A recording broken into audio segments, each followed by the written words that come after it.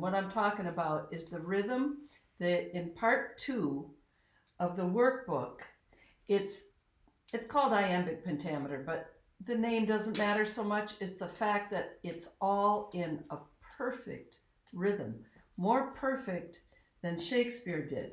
So can I mention something with that?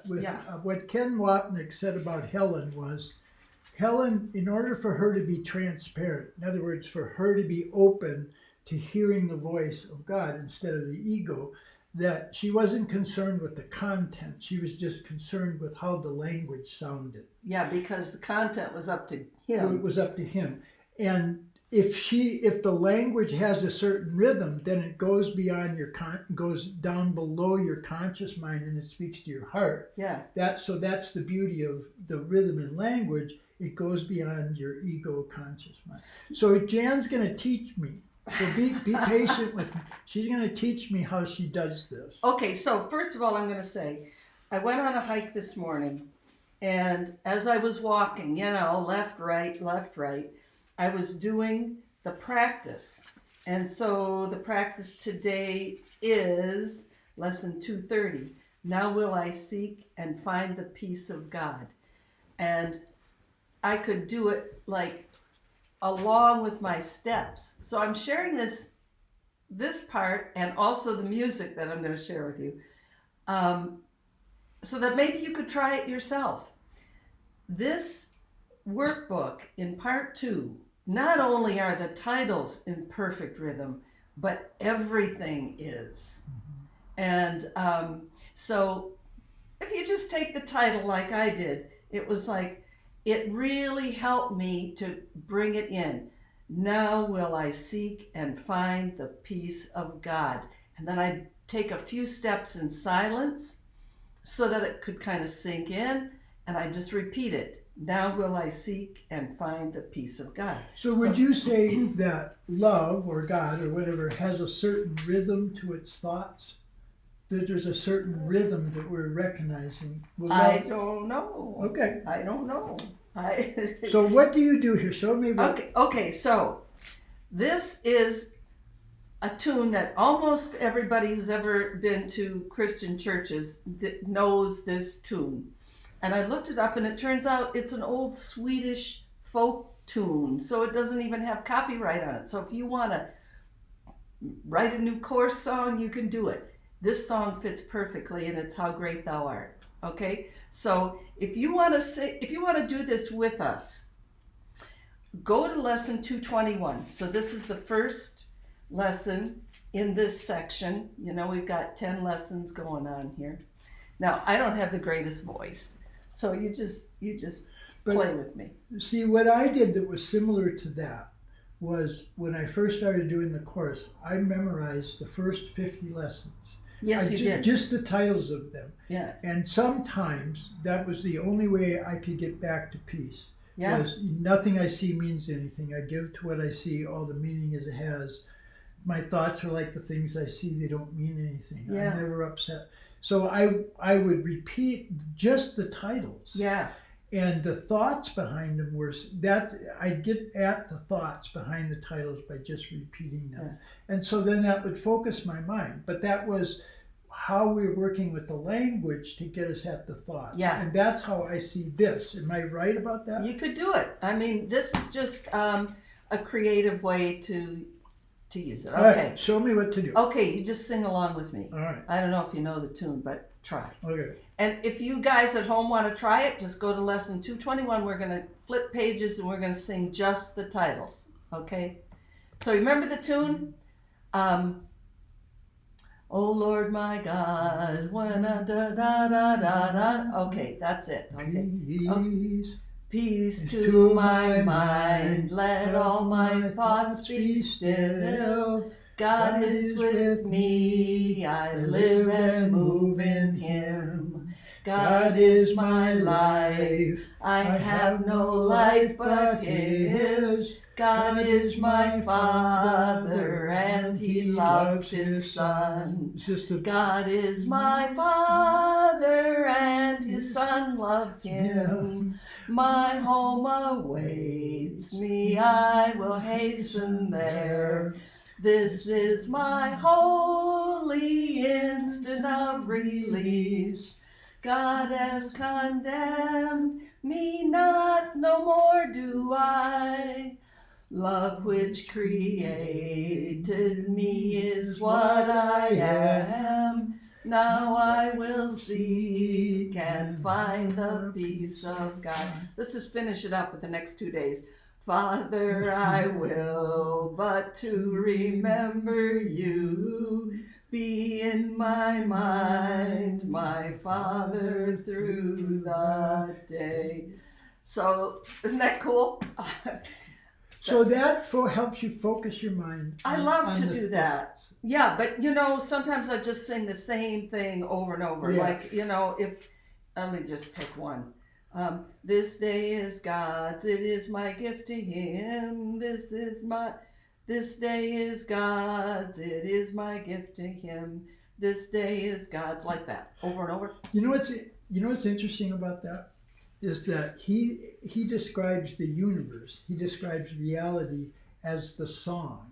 Yeah. Right? That's it's right. like there's a song that's being sung between the creator and the creation in praise of each other. Yeah. And I think that that's kind of what we get into when we're working with our thoughts that way, because he said, here's the world has this song of fear and anxiety, but really behind that is this song of love. Yeah. And which one are you going to listen to? Right. The screechy, staticky song of hate and fear, or that beautiful lullaby underneath. And again, it's important to remember, especially in part 2 here, where our goal is to use the words and use the concepts, but to go beyond them. Yeah. Into that state of peace. Right. Which is beyond the words. It's beyond, because if we get caught up in the concepts of the words, there's a deeper understanding behind that. That peace. Yeah. That's kind of why I liked when I was walking to do it with the rhythm of my steps, but then I did like 4 to 6 silent steps. And the silence in between kind of enabled the feeling of the lesson title to go in. Yeah. That was nice. That's interesting. I'm a big fan of the blues. Right? I know you are, yeah. But he's so funny. Come on, baby, let the good times roll. No, but what? That was not blues. One day you can do rock your on, crazy. huh? Yeah. Okay, I would do that. So I noticed a rhythm through these lessons. Yeah, what's that? A different kind of rhythm? Well, remember what I shared with you this morning, how each one of these prayers begins? Yeah. Talk about that. Okay, so what I want to note for you here is that it's useful. In fact, I do it when I'm doing part 2. I sometimes go back to the introduction to part 2.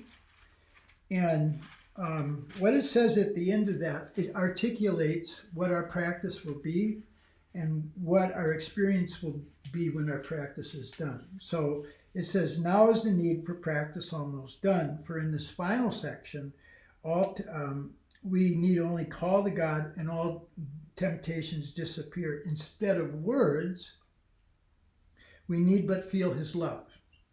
Instead of prayers, we need but call His name. Instead of judging, we need but be still and let all things be healed. So in this lesson that we're doing today, 2:30, the prayer in here is, now I ask but to be what I am. And the way that we do that is we call upon God.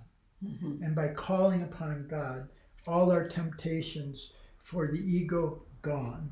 Yeah. Instead of the words, instead of the thoughts, we feel His love. Isn't that great? And that's the point of words, is to go beyond them. Right. That's the point of the language, is to go beyond it. It's like taking your car to the mall. The point is not to stay in the car.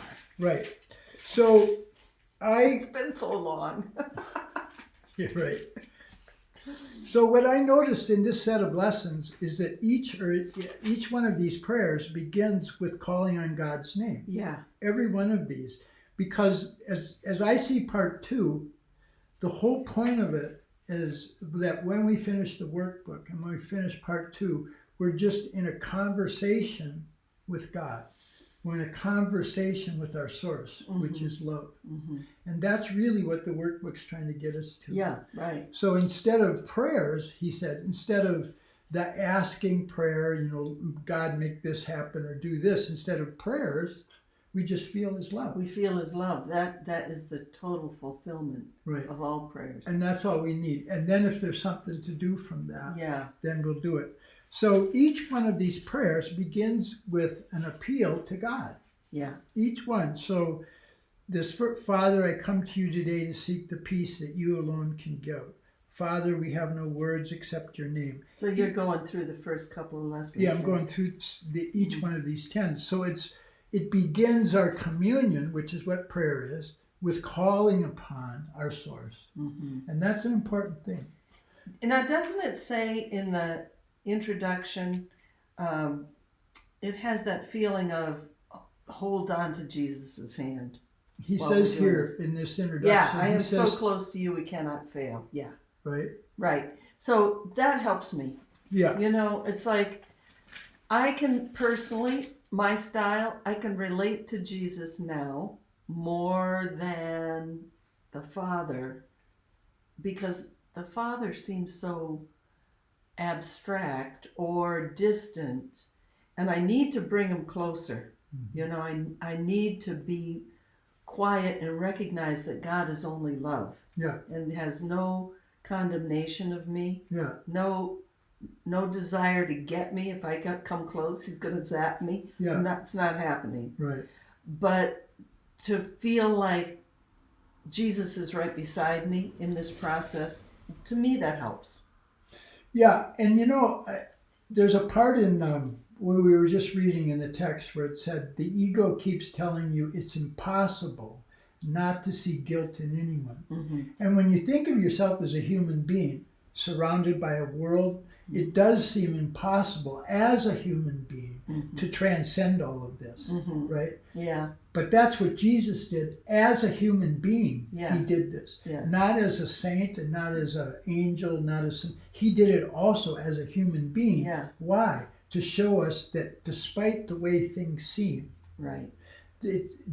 He's calling upon our divine powers that transcend our human powers. Right. But he's doing it from a human being standpoint. Yeah. Yeah. Right? He's saying, he says in chapter 6, I was tortured, I was murdered, but I didn't interpret myself as being murdered or tortured because I interpreted myself as being created by God.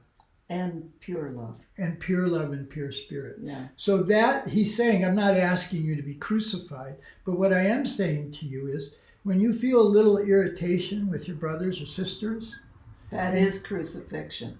Yeah, when you feel a little bit of irritation with them and you don't think you can get over that. Yeah. You're like, they're just bugging me to the death.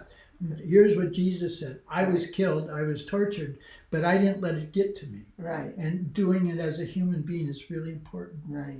Yeah. So like in this one lesson, God is my Father and his Son loves him. That's about giving and receiving, like God has given us all of his love. And so now, since he's given it, we received it. Since we received it, we give it back.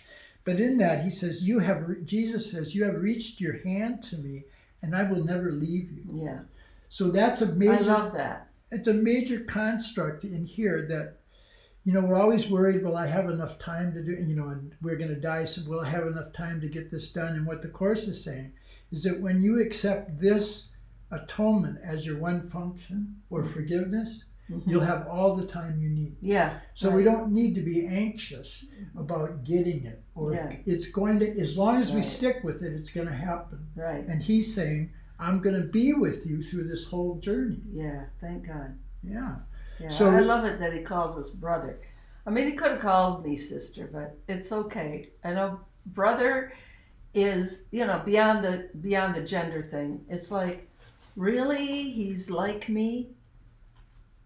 I mean, that's what that's saying. Yeah. And he says that in the early part of the text. He's just an elder brother who got there sooner, and he's here to help us. Yeah, that whole familia relationships is part of what the Course is talking about. Like, Uh-huh. God's name is the same as our name. So you and I are from the same family because we have the same name. Yeah. That's the real point of calling Yeah. on God's name. Yeah. Like, you are family to me. Right. We're all, the whole Everybody. humanity, is and family. even I think creation includes everything. Yeah. And we're family to that too. Yeah, everything. I mean, Yeah. there is no situation where we can't be who we are. Yeah. So I want to talk a little bit about this lesson today. Now I will Okay. see. But did you want to finish up on anything before I go? No, go No? ahead. So one of the things that I've been thinking about a lot with the Course is that what it's really doing is correcting our sense of who we are. Uh-huh. Right. Yeah, you've been talking about that. That's really the point, is Yeah. to move from this sense of a psychophysical entity to being who we really are, which is spirit, Right. right? So, but the way the Course is set up, it makes that transition very simple because we don't directly deal with that change.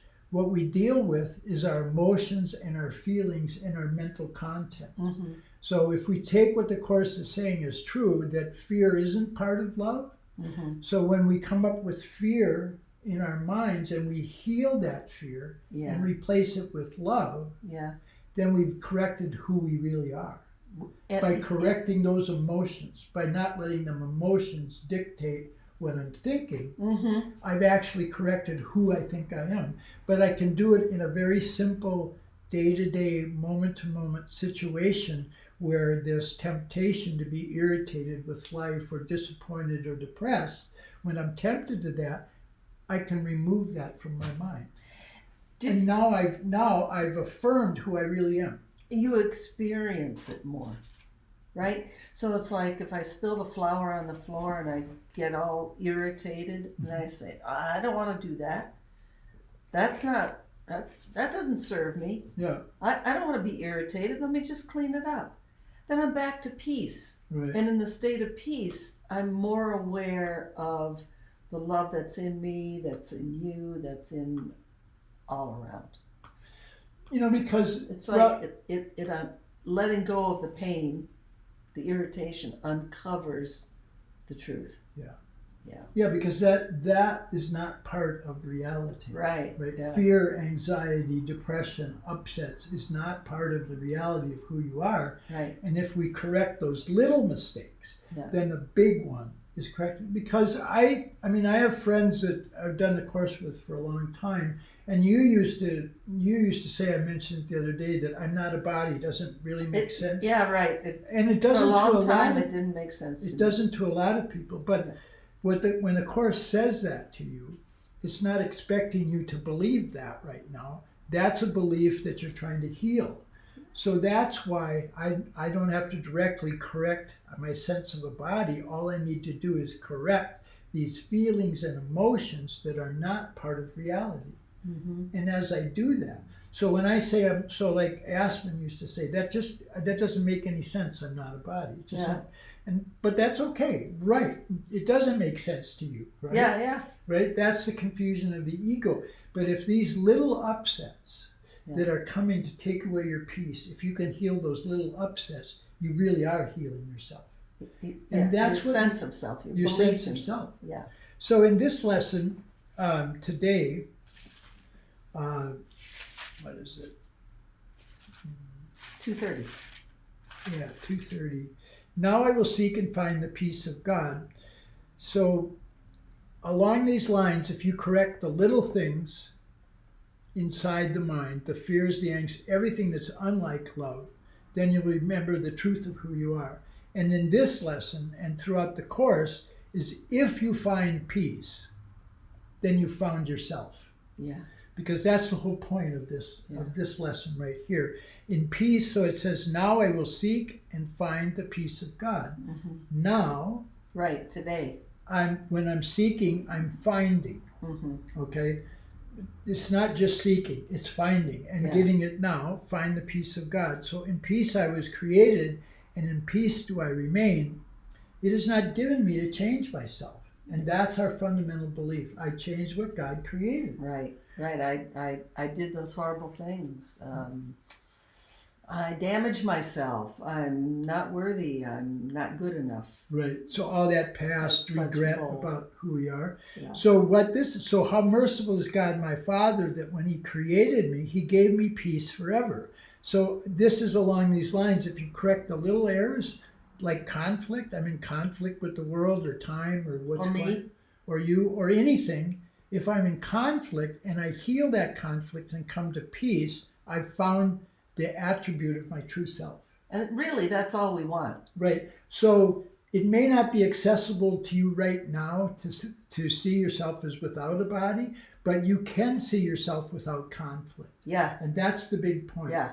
So if you find the peace, if you let the conflict go, you are finding yourself. Yeah. And that's so beautiful and loving about the Course. Yeah. Right? Yeah. It's saying this is false, but you believe it, so now we need to deal with that. Yeah. So then it goes, so he gave me and now I ask to be but what I am. That's the prayer now. Isn't that silly that we forget who we are?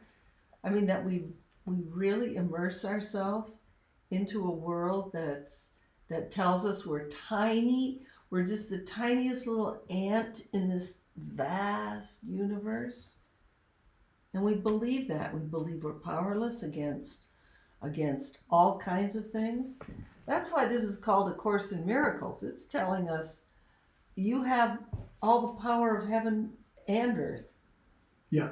No, that's clear. He said, and I am the Holy Son of God. He said, you've given all power in heaven and in earth. Yeah. And there's nothing you cannot do. And there's nothing our holiness cannot do. I love that lesson. It's like 39, something around there. Yeah.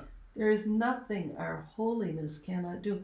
Well, you talk about, how I really didn't get for the longest time what it meant I'm not a body. Well, here's another area. And so that one I've made progress on. The idea that I or we have all the power in heaven and on earth, that's still an area I'm working on. Mm-hmm. So yesterday we had a class, which we do every week, with people we've studied with for many, many, many years.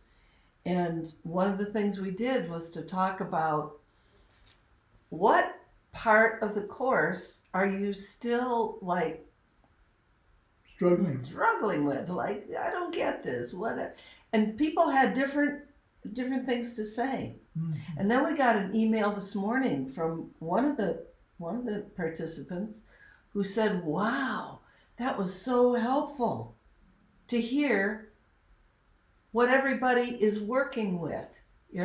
It's like you don't have to get this thing right off the bat. You can be 20 years into it and there's still stuff in this Course that you're like, I'm chewing on that one for a while. That is such a part of a developed mind, a mature mind, a mind that's using its real powers, is its ability to live with ambiguity, with its ability to live with unresolved issues. Yeah, that's true. Yeah. Right? So what you do when you're really engaged in your true powers of your mind, you recognize that these are big problems, and if there's one you can't handle, you just set that aside. If there's another thing, you just set that and focus on what does work for you. Yeah, right. And every student will have it be a little bit different, mm-hmm. right? So someone may say, I like this lesson, or this is a thought from the Course. Right. And that's what we each have to develop, is our own understanding, our own way into it. And the themes in the Course are like, they're all attached to one another like a net. Mm-hmm. They're all wired together. So if you get one, you're going to be increasing your ability to understand all of them. That's right. And it's like those that seem mysterious.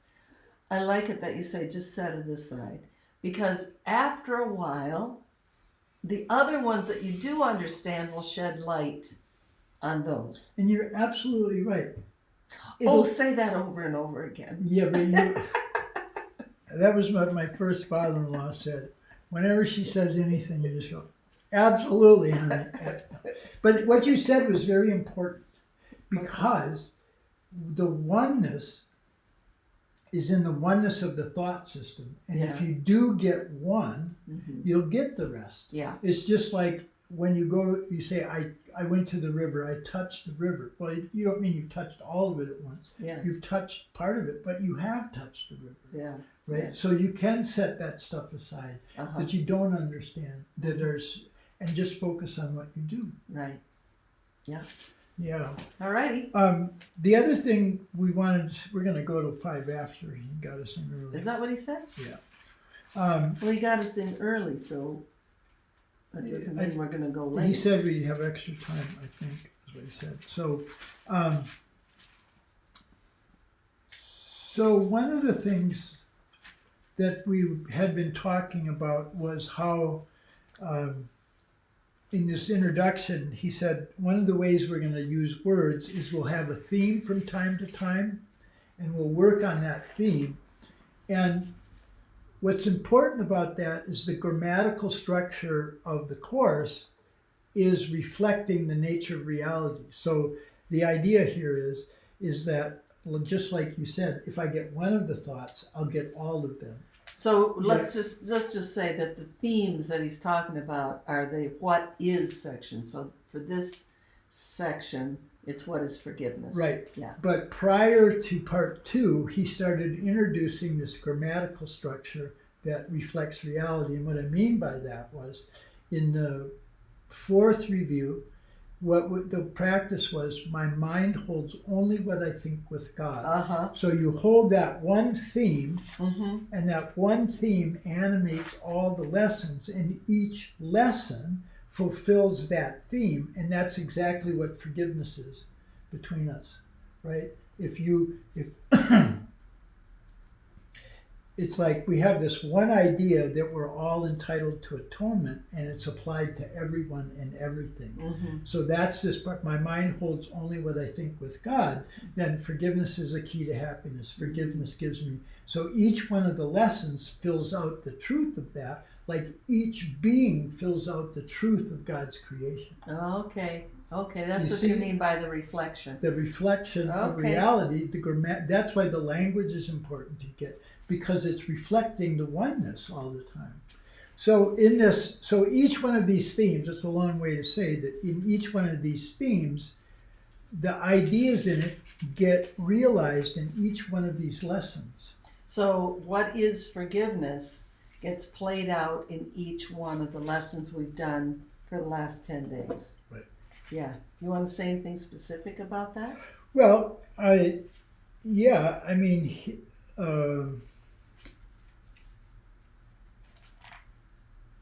let's see. One example would be like this first lesson, peace to my mind, let all my thoughts be still, right?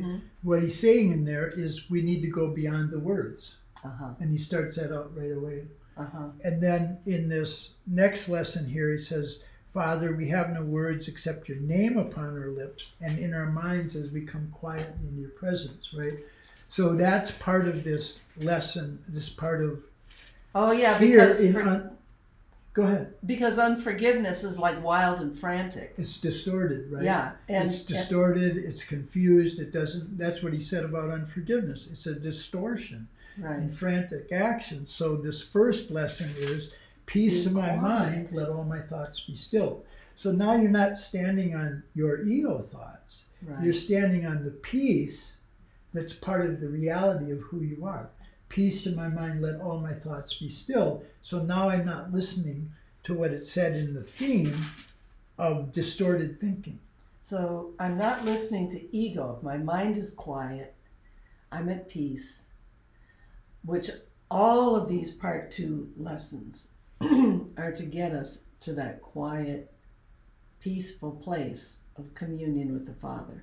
So when we're there, we're not unforgiving. We're not condemning. We're accepting love from God and from God within us to everyone else. Right. So the connection between, from what I'm hearing you say right now, is from what is forgiveness and what it's saying in there about unforgiveness is noisy, clamorous, You just crazy, don't know what you're doing. and peace is quiet. And so having a quiet mind is a forgiving mind. Right, so you're not so peace means I'm not conflicted between unforgiveness and forgiveness. I've fallen down on one side. Because forgiveness is part of reality, unforgiveness is not. Right. Okay? Yeah. And so in that distorted thinking, like in this next lesson, God is my life, I have no life but his, the first sentence says, Our Father, let us see the face of Christ instead of our mistakes, right? Yeah. So this distorted thinking about, oh, this is the way I lived before and I have regrets about that, or I'm anxious about the future, it's saying, I don't want to see my mistakes. I want to see the face of who I really am. Okay? So that's trading in the distorted thinking. Yeah. Because, what's important about that is one of the big turnarounds in the course and really in psychology. Because the way to salvation, in the traditional way was I need to confess my sins, right? And the more guilty I feel, the holier I'll be. Right, and then psychology picked that up when it was replacing religious thinking and said, now what you need to do is get in touch with your darkness and bring the darkness to the light. And live with it for years on your psychiatrist's couch. Right. Just keep on massaging that darkness. Right. No. And so in the sentence, it's not saying, forgive me my sins. It's saying, let me see this reflection of who I really am instead of my mistakes. Yeah. Right? So it's not that we're denying these thoughts that come up that are unlike love, but we're not seeing them as part of who we are. And that's the idea of changing sin to a mistake. Right. Because a mistake can be corrected. Yeah. Isn't that great? Yeah. And that goes right along with the fact that the course is set up as a learning thing. It's not really based on you have to believe this or you have to join these people. It's set up almost like a college class, you might say, because there's a textbook and a workbook, and there's a manual for teachers, and it's about learning. And in learning, there's no guilt. I mean, if I want to take a class, I like to take those classes online called the Great Courses. I love them. So I take these classes and sometimes I watch them over and over. I don't feel guilty because I didn't retain the information. There's no guilt about learning. You just say, oh, 2 + 2 does not equal 3. But beyond that, he's saying that true learning is joyful. Yeah. Because what he's saying is, your joy will be rooted in I'm happily wrong. Yeah. And I'll be joyful about being happily wrong because I was wrong about who I see myself. Right. So if your learning seems really hard and very difficult and hard to get through, then you've got to take a look at that. Because to really learn is to be in joy. Yeah. I mean, think how happy you feel when you finally understand something. And think something really important, like God wants you to be happy. Yeah. When we learn that, when we really take it in, we're happy. That's huge. Yeah.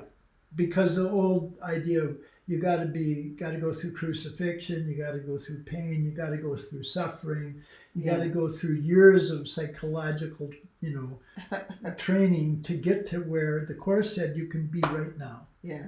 Right? Yeah. But you got to see that idea that these things, these ideas, these conflicts are not part of who I am. Yeah. So I don't know if, I think he wanted us to go over, so. Well, I think when he says, I'm giving you extra time, it's the extra time at the beginning. I see. And we don't want to take time away from the next person who is probably Sheehan. All right. All right. So let's do All our right, so we'll be ready for Judy or Michael